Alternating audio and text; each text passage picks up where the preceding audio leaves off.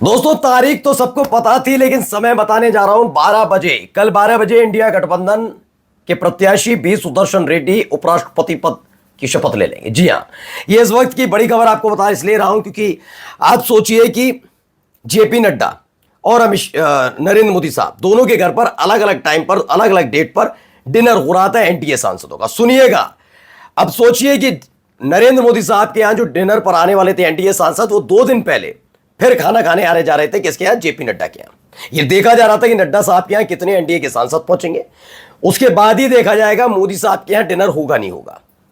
फिर क्या पता लगा, नड्डा साहब के यहां जिन सांसदों को बुलाया जा रहा था वो कह रहा था मैं यहां व्यस्त हूं, मैं वहां व्यस्त हूं। ये तमाम चीजें हुई। जैसे ही बहाना बनना शुरू हुआ वैसे ही समझ गए खेला हो गया। तो अपने यहां वाला तो डिनर कैंसिल किया ही किया, अपने साहिब को बताया साहिब डिनर कैंसिल कर दीजिएगा वरना फजीयत हो जाएगी जबरदस्त वाली। तो नड्डा साहब और मोदी साहब दोनों के यहां का डिनर कैंसिल हो चुका है। लेकिन खबर यह नहीं है, खबर यह है कि जो बहाना बनाया गया कि पंजाब में, उत्तराखंड में, हरियाणा में, यहां वहां जो बाढ़ रखी है ना, बाढ़ की वजह से नरेंद्र मोदी साहब का दिल पसीज गया और उन्होंने कहा ना पंजाब भूखा रहे और हम खाना खाएं एनडीए सांसदों के साथ, ऐसा नहीं हो सकता। जबकि सोचिए, वो कहा जा रहा था कि उनके सारे के सारे सांसद बाढ़ ग्रस्त इलाकों में लगे हुए हैं, जबकि 9 तारीख को सारे के सारे सांसद दिल्ली में मौजूद रहेंगे उपराष्ट्रपति पद के चुनाव के लिए। खेला हो गया साहब, यानी बहाना बनाते बनाते खुद को ही एक्सपोज कर दिया बीजेपी ने। नमस्कार, मैं हूं प्रज्वल गौतम और आप देख रहे हैं टाइम्स एक्सप्रेस।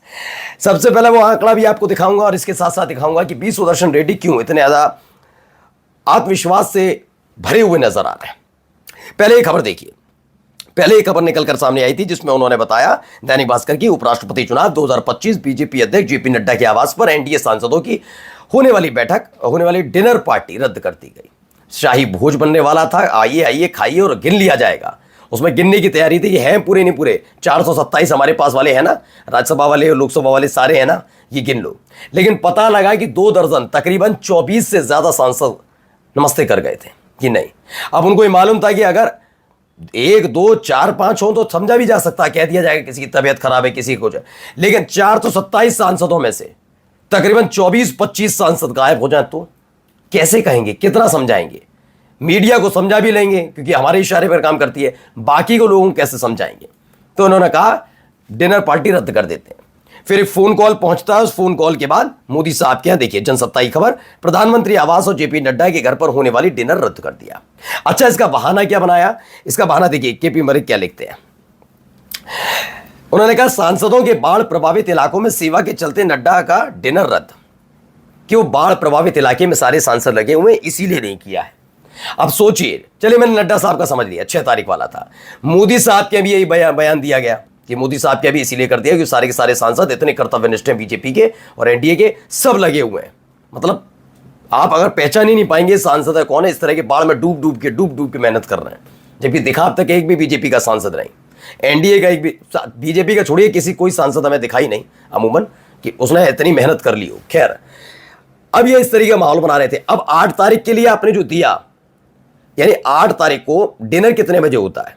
डिनर दोपहर में 3-4 बजे होता है क्या, या सुबह होता है? डिनर तो रात का होता है ना भाई, रात के खाने को डिनर कहते हैं ना, 8 बजे 9 बजे, है ना। अब कोई सांसद आपके घर पर आते हैं, वो भी 427 सांसद आते हैं, तो 8 बजे अगर खाना भी शुरू होता है तो सबको पता है 10 11 साढ़े 11 12 बजे तक बच सकते हैं, ठीक है।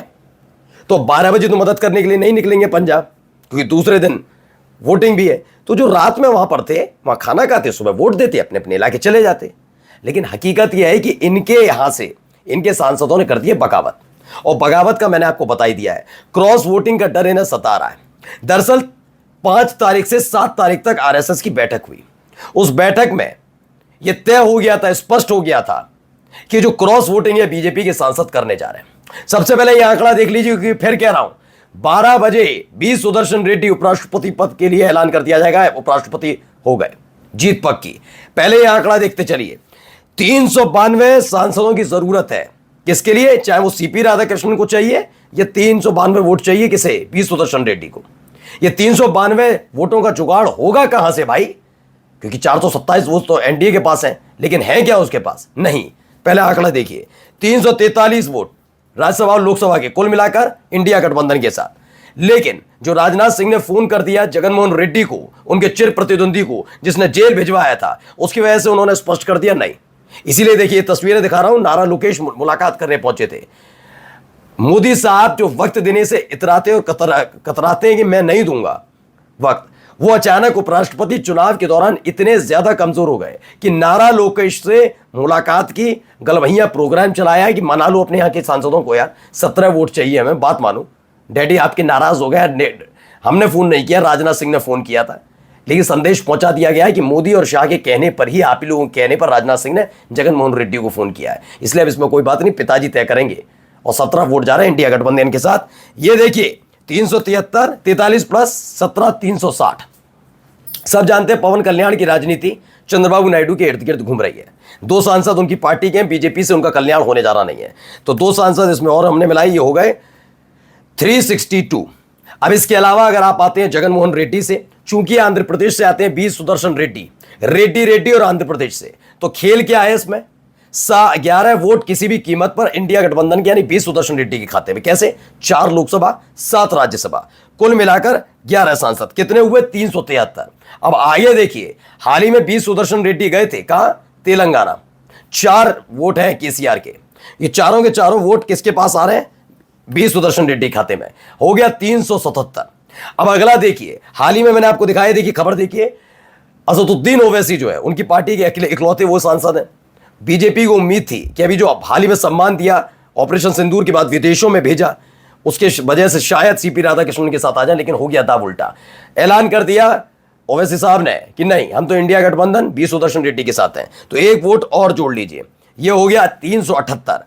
हाल ही में मैंने आपको दिखाया था क्या हालत हुई थी, आपने देखा था कि किस तरीके से उड़ीसा के पूर्व मुख्यमंत्री नवीन पटनायक ने अपनी तरफ से मोर्चा खोला कि उन्होंने कहा कि मैं निष्पक्ष राजनीति करता हूं, स्वार्थ की नहीं। इतने साल से मैं मुख्यमंत्री था, अगर जनता मुझे उखाड़ फेंकना चाहती थी सत्ता से तो उखाड़वा देते, कोई दिक्कत नहीं, लेकिन वोट चोरी करके आपने चुनाव जीता है, धांधली से जीता है। इसीलिए इस बार जब स्वास्थ्य उनका खराब हुआ और अस्पताल से बाहर आए, नरेंद्र मोदी साहब ने बात की फोन पर, लेकिन वो उखड़े हुए थे और वो लगातार चुनाव आयोग के संपर्क में है कि हमारे यहां उड़ीसा में धांधली हुई है, वो नाराज है। 7 वोट उनके हैं, 7 राज्यसभा सांसद बीजू जनता दल के हैं, ये हो जाते हैं 385। 385 सांसदों का पूरा समर्थन इनके साथ है। अब आ जाइए जनता दल यूनाइटेड, ये इसी बात के इंतजार में है कि जब क्रॉस वोटिंग हो तो धड़ल्ले से हो। 16 सांसद यानी कि 12 लोकसभा और 4 राज्यसभा के सांसद जेडीयू के पास हैं, तो ये कितने हो गए? 401। हाल ही में आपने चिराग पासवान को लेकर देखिए खबर भी है, चिराग पासवान और जीतन राम मांझी दोनों इंडिया गठबंधन के संपर्क में, कांग्रेस के संपर्क में। 5 चिराग पासवान के और जीतन राम मांझी खुद सांसद हैं, केंद्रीय मंत्री हैं। ये 6 वोट हुए, मिलाइए 401 प्लस 6, 407। अभी मैंने जयंत चौधरी की खबर आपको दिखाई थी, किसानों के बीच गए थे, 1.5 बरस बचा है उत्तर प्रदेश के विधानसभा चुनाव में, इसलिए वो खंगालने और टटोलने गए थे कि किसान क्या सोच रहे हैं, जाट क्या सोच रहे हैं। तालियां तक नहीं बचे, 4 लोग ताली बजा रहे थे बस, वो समझ गए, ऐलान करना पड़ा, आप जो कहेंगे वो हो जाएगा।